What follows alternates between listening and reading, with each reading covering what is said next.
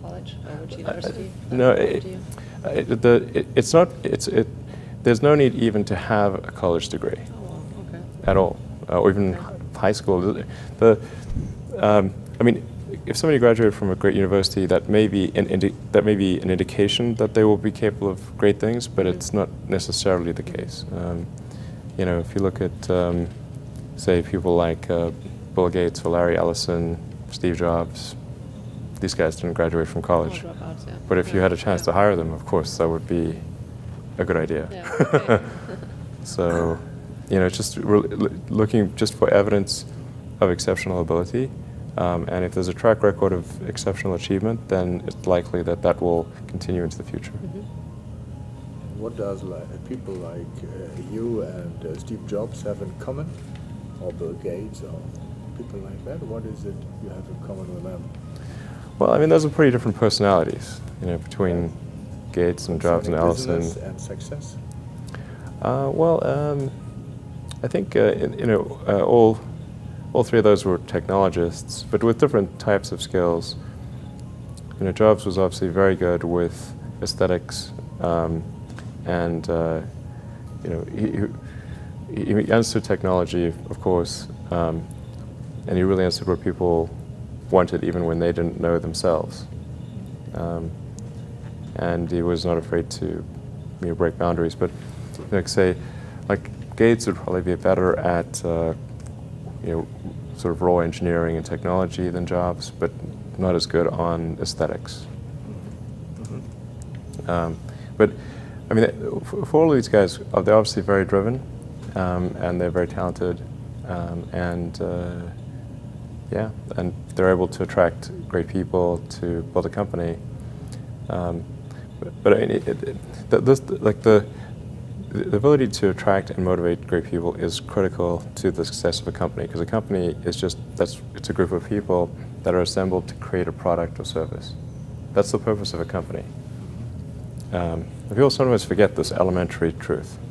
And so if, you know, if you're able to get great people to join the company and work together towards a common goal, and you sort of have a relentless sense of perfection about that goal, then you will end up with a great product. And if you have a great product, lots of people will buy it, and then the company will be successful. Yeah. But really, it's pretty straightforward, really. I mean, yeah, that's the reason for it. You have a lot of talents. Is there any talent you would like to have, you don't have? Singing, dancing, music? Oh, I don't know what you... Well, I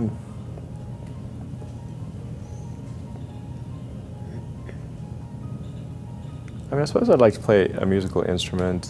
That'd be cool. I can whistle. You can whistle? I can whistle. What is your favorite song to whistle? I kind of have like a whole bunch of songs that kind of randomly, I just whistle randomly. Please don't ask me to whistle, because that's like, you know, I mean, I can whistle, but like this is like, yeah, maybe not the coolest instrument to play. Yeah. But I can whistle Pachelbel's Canon, which is a tricky one. Really? Yeah. But I'm not going to whistle for you now, because that'd be too embarrassing. Okay. Well, it's good to know. Maybe we plan something for Berlin. All right. Oh, man. No. Don't worry. We want to. How would you describe yourself? What are the main attributes you have from your point of view? How I describe myself?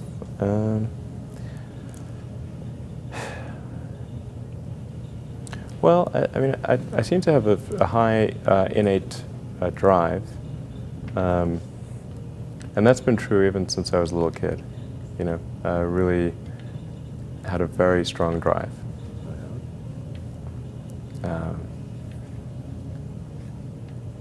You know, sort of did all sorts of risky things when I was a kid that why did I do those things? They're crazy. So I think that's very helpful. And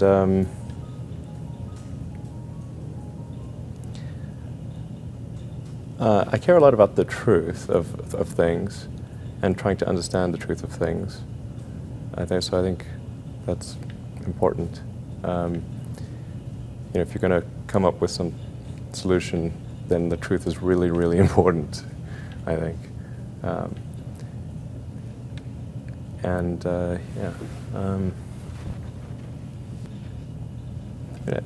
try to think of. I mean, it's difficult to obviously come up with like things that are praise for oneself, or like there's bad and good here, but I think like sometimes they're just like the things that seem quite clear and obvious to me, and I don't understand why they aren't so obvious to everyone.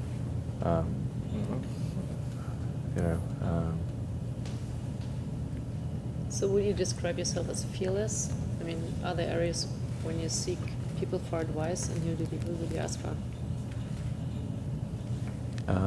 I wouldn't say I'm fearless. In fact, I think I feel fear quite strongly. But if what we're doing is what I'm doing is I think is important enough, then I just override the fear. Mm-hmm. So, but it's not as though I feel it like more strongly than I would like. And in which areas would you never go full risk if you still are fearful? Well, it really depends on the stakes. If the stakes are high, if it's really important, then I will overcome the fear and just do it anyway. Mm-hmm. But essentially, I mean, I just drive overrides fear, but I feel the fear. It's kind of annoying. I wish I didn't. Okay. I wish I felt it less. Uh-huh. So, yeah. All these introspective questions are interesting. I don't get asked these very often. And then, like, I'm trying to think, like, what is like an accurate reply? And some of these, it's hard to evaluate yourself in these things.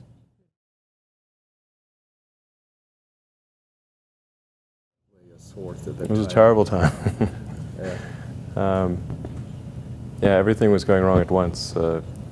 3 rocket failures in a row in the beginning, and Tesla financing round was falling apart or fell apart. The Solar City was having difficulties, getting divorced. Yeah. It was really terrible. Yeah. So I was very sad. But then everything was perfect when it took a while. Was in space. Yeah, at the end of 2008, the 4th launch worked. Yes. Which is that was all the money we had, but nothing more. In fact, originally I budgeted. I thought, okay, we can do survive 3 failures. So we just barely scraped together enough to do a 4th launch. Mm-hmm. And then at the end of 2008, we got a big NASA contract, literally on December 23rd, I think it was. Yeah. Okay. Yeah. So it went from like really terrible to, I remember that Sunday before Christmas in 2008 thinking like that, this is the closest I've ever come to a nervous breakdown. Like I never thought I would ever be someone who could have a nervous breakdown. And I didn't, but it was like, I could see it. Like I was within sight of it. It's like, this sucks. This is terrible. And then the next morning, NASA called and said that we'd won this $1.5 billion. The next morning. Yeah, the next morning. Like, literally, I was at home, and I thought they'd all gone home for the holidays. Mm-hmm, mm-hmm. I didn't think that. I would have said there was no chance of a call a few days before Christmas. I thought people would be on vacation and that kind of thing. So, 1.5 billion. Yeah. So what went through your mind when they called you? What do you feel? That was awesome. I was like, I actually said to the NASA guys that I love you. I don't think they've gotten that response before. So that was, the Monday morning, and then I think it was the Tuesday night or the Wednesday night was when we closed the financing round for Tesla, and that was like 6 p.m. on Christmas Eve.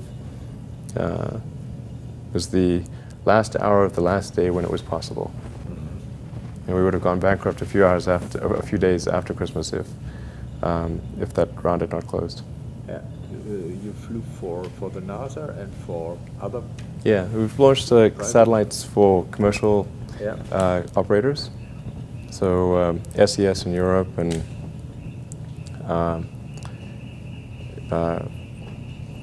Orbcom in the US and a number of other